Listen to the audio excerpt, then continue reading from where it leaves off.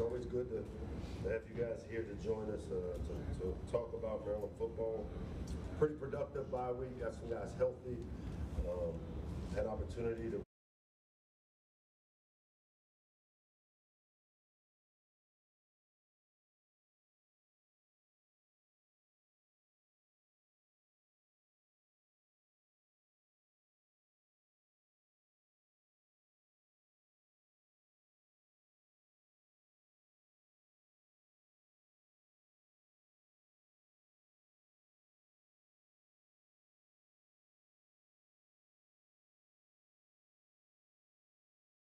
has become.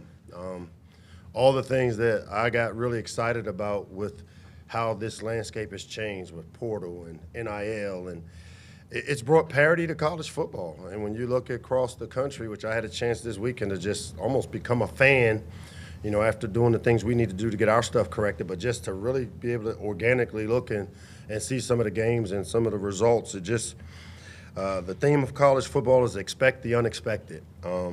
It's been a wild season in terms of showing what it looks like or what it can look like. And, the thing, when I took that mentality as I approached the bye week, and it starts with that our past doesn't dictate what happens moving forward. We've had some seasons around here where we've been a little further ahead at this point, and then we call what I call the middle eight of our season, which is the middle part we've struggled. And so what I've told our team is that our past doesn't dictate our future. And what we've got to do is grab every opportunity that we have available to us. And the next one is against a team, Northwestern, and when you watch them on tape, a very similar team, and you look at how they played Indiana, that parity that I saw across the country is alive and well when Northwestern comes in, because they're a good team. They've got some good players. They're dynamic pass rusher, number 4 on defense. On the offensive side of the ball, they're going to try to create the ability to run the football, the misdirection, and they basically make you beat yourself. And when you talk about grabbing every opportunity, there's no player that exemplifies that more to me than what Billy Edwards Jr. Has done for us. Billy has grabbed the opportunity, and it's funny because when you study and see, and for the first time, like I said, having a chance to just see where college football is, I'm really excited because of you look at what Billy's been able to do in just a short opportunity. He's somebody that exemplifies grabbing and taking advantage of the opportunity presented, and he's not just probably one of the best quarterbacks in our league right now, but also one of the best quarterbacks in the country.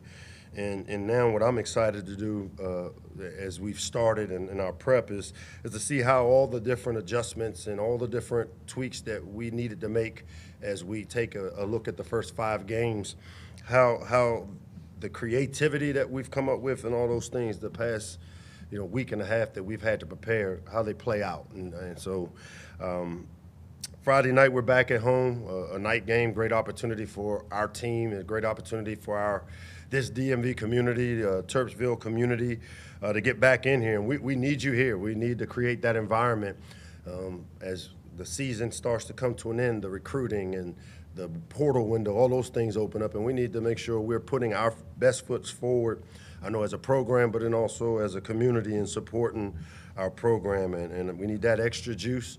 I think it's a blackout game, and I know our players are excited about being back home with another opportunity after having to sit in the last game or the last opportunity, sit in it for a couple of weeks. We're excited to get back going.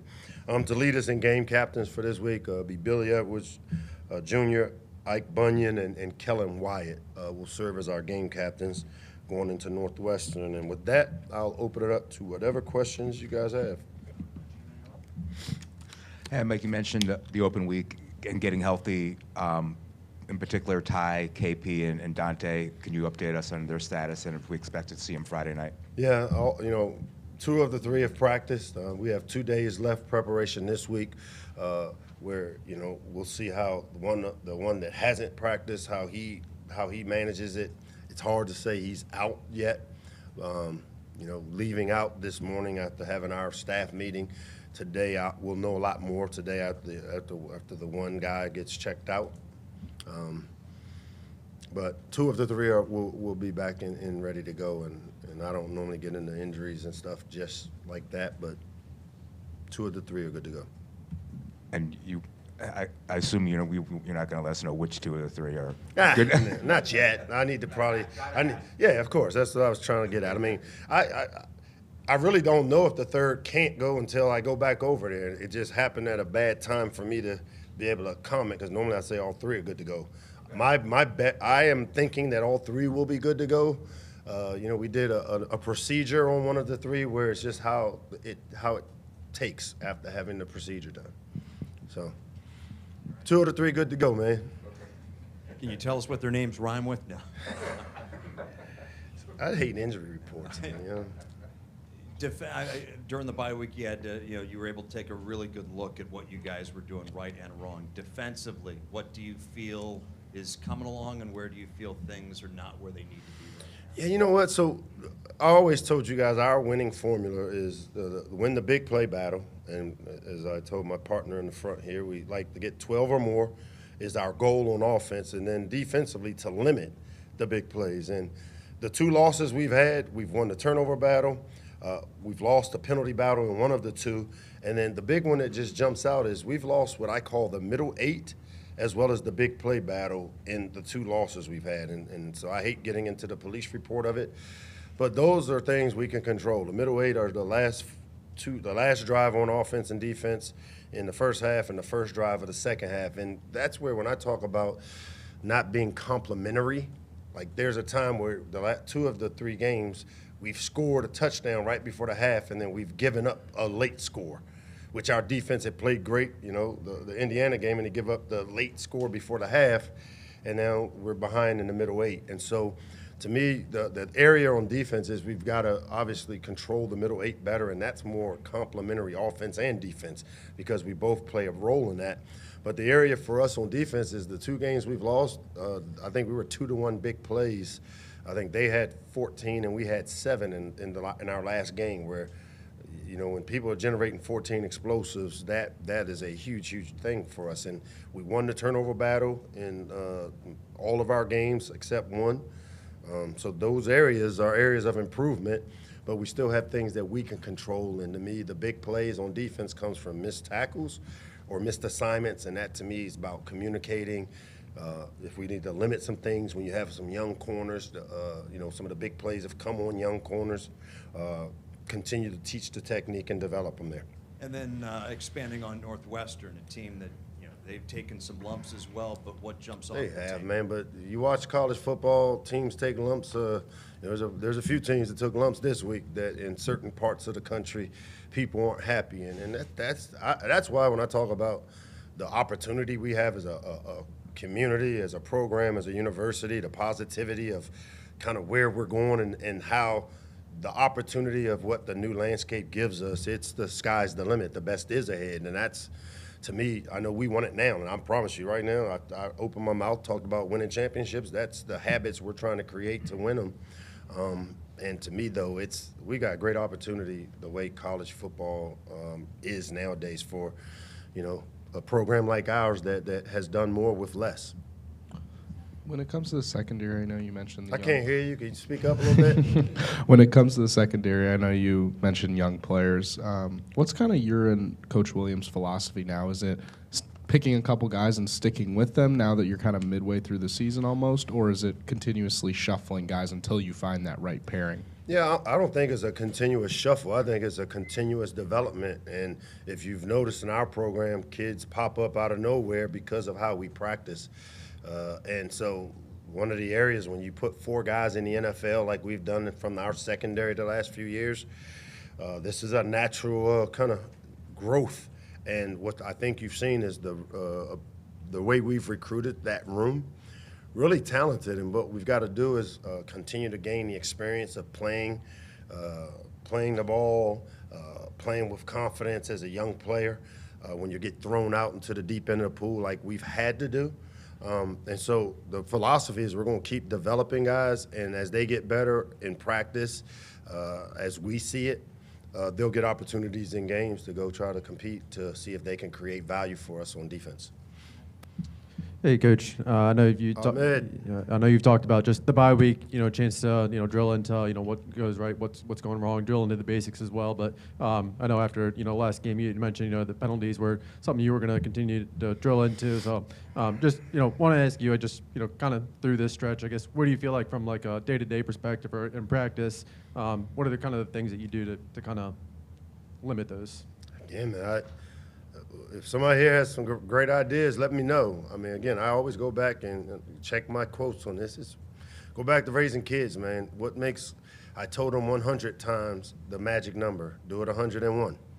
A lot of people make a lot of, again, penalties. I hate them. I mean, I die with every one because, it's funny how some things are viewed when you view penalties by a Maryland coach team by me and, some of the things we've seen on TV that have happened. And, to me, this is the generation we deal with.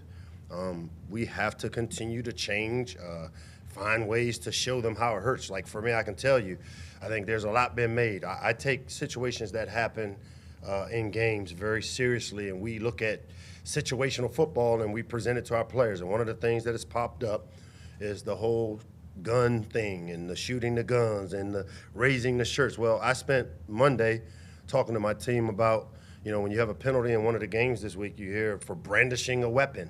Well, I had a son killed with a weapon. That's not something that I take, it's not funny.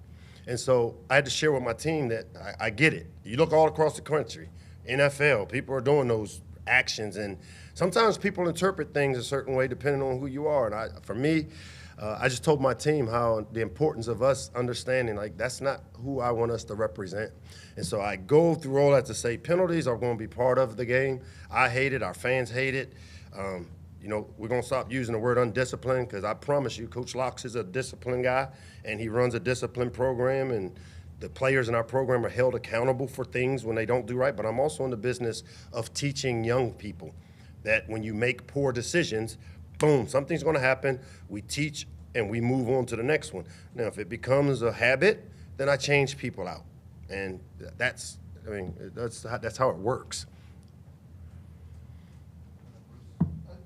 Coach, with what's been going on in college football right now, is it your feeling that the addition of the new teams to the Big Ten and the way the season is going with Ohio State #2 and Penn State #4 and Oregon, have we kind of surpassed the SEC? I mean, you see the good SEC teams struggling every week. I ain't getting into that one, bro. You can figure that out on your own. I know this. I coach in a league that I think offers the best of both worlds to student athletes. I mean, a lot is made about the landscape, but the sweet sauce inside of the Jones Hill House is we care about the kids in our program, and we are looking to develop them not just as football players but as people. When you come to comparing, I tell our guys, we're running our race here at Maryland. We're running our race in the Big Ten. I don't concern kind of what I've been in that league, and so I think we are in one of the best leagues, if not the best league. But as far as comparing and surpassing and all that, I'll let y'all count all of my penalties up and figure that out, and then you write about what you think. But I ain't gonna write your article for you on that one, Bruce. You mentioned Billy Edwards. How has he handled kind of personal success, balancing that with team success? He's a team guy. Billy is the ultimate team guy. These traits and characteristics were displayed before he became a starter, before he became, Billy the Kid. He was a guy that cared enough about his team and his teammates that as he embraced his role as the backup to one of the all-time great quarterbacks to play here at Maryland, and he did it through kind of that servant leadership. He kind of served as Leah's the backup, but here's what he is now. He is and we need to make sure we write about him, that he is a bona fide star at quarterback, and his future is really bright. And I say that not to put pressure on Billy because I spent a lot of time with Billy. We were here, I think, till 12:30, 1 o'clock last night, and he has the mind of a coach and the skill of a player. He has the leadership qualities that you want. We've got a really good system that I think with every game, you continue to see him get better and better. And I mean, it's part of his development in our program. You know, the offensive staff with Josh leading it, and the O-line guys, Brads and Robo and Brian, and then Latrell and Kevin Sumlin. Those guys have all done a really good job of supporting the offensive system and fitting it to what Billy, as I said, you know, it's time to, you know, you never hear people talk. I didn't hear his name spoken about this weekend as I watched a lot of TV and a lot of games, and, you know, he's one of the highest rated quarterbacks in the country, and I don't know why. You know, I know we had this narrative because, you know, he's a backup. Well, he's our starter, and he's playing at a pretty high level. Coach, after a loss heading into kind of an early season bye week, how do you approach it, like as a coach, and what do you tell the players about how they should handle the week off?